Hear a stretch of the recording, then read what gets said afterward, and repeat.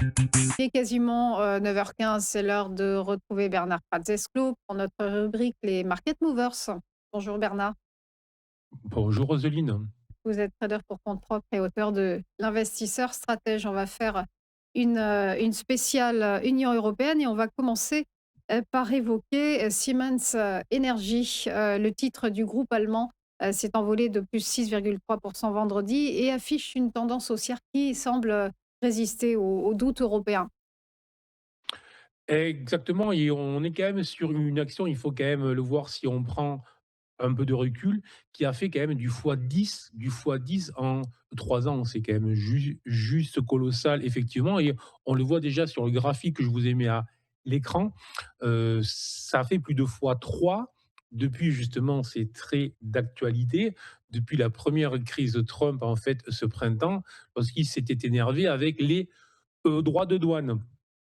De là à dire que peut-être que dans 8 mois, on se retrouvera et qu'on sera sur une action qui a fait x3, il y a un pas, et évidemment, que je ne franchirai pas. Mais tout ça pour, voilà, on sait bien comment fonctionne Trump. On l'a vu lors de son premier mandat. On voit que lors de son deuxième, il allait encore plus énervé. Mais très clairement, on sait aussi qu'il surveille la bourse et qu'il surveille notamment le marché obligataire de manière très sérieuse. Donc, c'est vraiment ce qu'il faut surveiller pour savoir quand il y a un véritable risque de le voir aller vraiment au bout de ses idées. En attendant, on a là typiquement le genre de valeur qui semble totalement en fait opaque et qui ne se préoccupe pas, pardon, de ce qui se passe avec Trump ou en fait ailleurs, qui est vraiment dans l'actualité, dans l'économie et dans ce que fait de mieux l'économie. Et sur le plan graphique, on a quoi? On a une valeur qui ne cesse de faire des hauts, qui ne cesse de pousser. Donc, face à ce type de valeur, puisqu'on en a pas mal de ce type-là sur les marchés, alors on en a beaucoup plus en Europe sur les marchés allemands, sur les marchés italiens, sur les marchés espagnols, beaucoup moins en France, il faut le dire.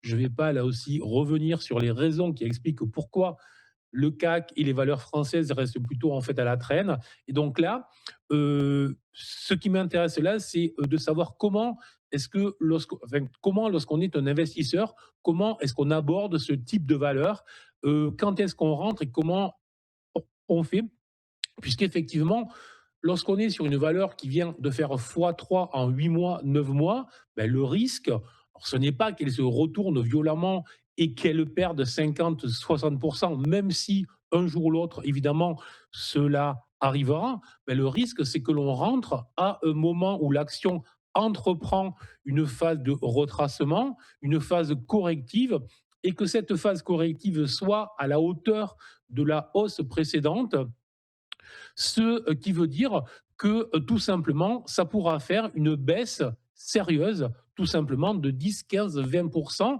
Et donc, si on veut rentrer à ce niveau-là, il faut juste être prêt à se dire, OK, mais j'accepte de prendre une baisse relative de 10, 15, 20% potentiellement. Et à moins, c'est compliqué de rentrer sur les niveaux actuels. Par contre, ben, l'autre idée, c'est quoi? Par contre, l'autre idée, c'est de se dire, je regarde, j'observe, je me tiens prêt, et en cas de repli, justement, de 10, 15, 20%, je rentrerai à l'achat. Et tout simplement, pour cette action, je conseille de surveiller une zone de repli dans mon cloud BSI qui est mon indicateur propriétaire qui fonctionne merveilleusement bien justement pour capter le mouvement et la volatilité, ben, qui est tout simplement de surveiller une zone comprise entre 115 et 120. Donc, surveiller un achat pour cette action Siemens Energy entre 115 et 120. Et sinon, ben, il faut se montrer patient. Et si on a l'action, bien évidemment, on se laisse porter sans aucun problème.